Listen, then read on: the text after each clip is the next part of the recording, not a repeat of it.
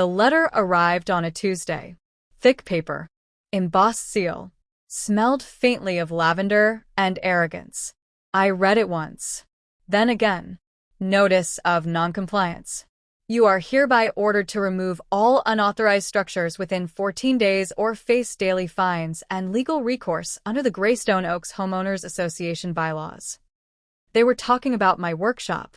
The one I built with reclaimed cedar and river stones pulled from the creek my grandfather once dammed by hand. The same workshop where my father taught me to plane wood and respect storms. I stared at the letter, my jaw locked. They weren't just threatening to fine me. They were trying to erase me. I stepped onto my porch, the boards groaning beneath my boots the way they always had, like they remembered the weight of my father's steps, my mother's laugh echoing from the kitchen, the clang of a hammer shaping something from nothing. This land had memory. It remembered my people. Every tree, every ridge, every stone fence my ancestors built to keep the wind at bay, it all whispered back if you stood still long enough. And now a group of strangers in golf carts and matching polos wanted to tell me how to live on it?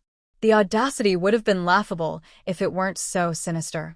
Greystone Oaks was a luxury development that had crept toward the edge of my land over the past 10 years, swallowing up old farmland and woods like a well-dressed infection. Their homes were pristine, identical down to the porch lights, and governed by rules written by people who believed uniformity was the same thing as community. Last year, they annexed the land bordering mine, land I'd refused to sell when developers came sniffing. Somehow, they'd convinced the county to redraw zoning lines. They called it a unified district. I called it a land grab wrapped in legalese. Still, I'd stayed quiet. Let them have their speed bumps and Saturday craft fairs. But now they'd stepped over a line they didn't know existed. I folded the letter, tucked it into my pocket, and headed into town. The Greystone Oaks office sat in a freshly painted building that used to be my uncle's feed store. The irony burned. A woman behind the desk looked up, her name tag glittering under fluorescent lights. "Can I help you, sir?" "Yeah," I said, pulling a letter from my jacket. "You can explain this." She skimmed it and smiled with the kind of polite smugness that's worse than a slap. "This notice is regarding your non-compliant structure." "You mean my workshop?" "Yes, sir. According to Section 5.2 of the HOA guidelines." "This land's been in my family for 4 generations," I interrupted. "We built half this town, including the road you paved over. That workshop's older than your bylaws." Her smile didn't budge. "I'm sorry, sir, but Greystone Oaks enforces uniform standards for all properties within its boundaries. The annexation was approved last year. Your property is now under HOA jurisdiction." "I never signed anything." "The county did. You'll need to bring the structure into compliance or remove it." I stared at her, then at the framed poster behind her desk. A slogan in calligraphy: "Preserving community, protecting value." "Right," I muttered. "Protecting value." I left without another word. Back home, I stood before the workshop. The cedar walls were weathered, but strong. Inside, hand-forged tools lined the walls. My father's bench sat beneath the west window, still bearing the scars of 1,000 projects. I ran my hand over the worn wood. Rough, honest, real. I wasn't just going to let them take this from me. They didn't know what they were up against. They saw an old man in worn boots and calloused hands. They didn't see the township deeds locked in my safe, or the black and white photo of my great-grandfather laying the cornerstone of what would become City Hall, or the rusted sign buried behind my barn that once marked this land as a protected homestead. I wasn't some stubborn holdout. I was the root they forgot was still alive beneath all their concrete. Let them come. I'd be ready. He came on a Friday morning. Didn't knock. Didn't call ahead. Just pulled up in a spotless SUV with the HOA logo on the side, stepped out with a clipboard tucked beneath his arm, and started walking the perimeter like he owned it. His name was Troy Becker, and everything about him screamed authority without substance. Khaki shorts. White sneakers too clean to trust. A tucked-in polo with a pen clipped to the collar like he'd never built a damn thing in his life. He squinted up at my workshop, then pulled out his phone and started taking pictures. "Can I help you?" I asked, stepping off my porch, mug of coffee still warm in my hand. He barely glanced at me. "Just performing a compliance inspection." "On my land?" "On property under HOA jurisdiction," he replied, cool and rehearsed. "We've received several complaints." "From who?" I snapped. "I'm not at liberty to say," he said with a smirk, eyes still scanning. "But we've documented violations. Non-approved structure. Unregistered exterior lighting. Possibly code-defiant utility connections. We'll need access to confirm." I took a step forward, slow and deliberate. "You're not getting access to anything." Troy looked up then, really looked. And for a flicker of a second he saw it. The difference between authority on paper and the kind that grows in your bones when your name is older than the street signs. But the flicker passed. He adjusted his clipboard. "Sir, under Section 8.3 of Greystone Oaks bylaws. I didn't sign your bylaws. I didn't vote on your board. And I sure as hell didn't invite you onto my land." "That's not how this works anymore," he said, backing a step away. "Careful now. The county approved the annexation. Your property is in the district. You're subject to our rules whether you like it or not." He left without another word, but the message was clear. Comply or be crushed. The next morning, I found orange flags staked into the soil around the workshop, tiny plastic markers like surgical incisions preparing for amputation. A fine envelope hung from my gatepost, sealed in plastic. Daily penalties, $200. Final removal date, 12 days. Failure to comply will result in civil action. I sat at my father's old desk and spread the notices out like a deck of threats. This wasn't just bureaucracy anymore. This was war by inches. They were betting I'd fold, that I'd cave under pressure, sell the land, maybe move to some sterile subdivision with a clubhouse and a lawn maintenance crew. They didn't understand that surrender wasn't in my blood. They had a charter. I had a legacy. That night, I unlocked the iron chest beneath my bed. Inside were the original land grants, ink faded but legible, signed in 1894 by the county registrar and marked with a family crest my grandfather had burned into every beam of this house. Even better, nestled beneath the deeds, was the designation I'd forgotten existed, a historical preservation order issued in 1976 by the State Department of Cultural Resources. It recognized the homestead, the workshop, and the surrounding acreage as a cultural landmark due to its foundational role in the establishment of the greater township. The paper had dust on it, but the law didn't. I smiled for the first time in days. They wanted to bury me in bylaws. I'd bury them in history. The next morning, I drove to the county courthouse, took the elevator to the zoning office, asked for Dolores Mathis, the only bureaucrat I trusted, mostly because she'd once dated my uncle and hated paperwork even more than I did. She raised an eyebrow as I laid out the documents. "Annexation's a mess," she said, thumbing through the deeds. "HOA got greedy. Thought you wouldn't fight. They thought wrong." Dolores nodded. "These records, this could revoke their claim entirely. I'll start the process." Quietly. Back home, I stood beneath the oak tree where my grandfather used to whittle in the evenings. I could still hear the rasp of his knife against bark, the way he'd mutter to himself about people who confused money with ownership. They were coming after the wrong man, and they were about to learn the hard way what it meant to challenge the last living root of a town they didn't build. Troy came back 3 days later, this time with backup. A second SUV idled in my gravel drive, its hazard lights blinking like a warning. Out stepped a woman in a navy blazer and pointed heels that immediately sank into the soft earth. She looked around like the place offended her senses. "This him?" she asked Troy, nodding toward me like I was a problem to be solved. "Yeah," Troy said, adjusting his clipboard. "Mr. Ellis Carter. He's refused all notices." I stood on the porch, arms crossed, watching them like I'd watch a rattlesnake, calm, but ready. "I'm Melissa Grant," she said, stepping closer. "Legal counsel for the Greystone Oaks HOA.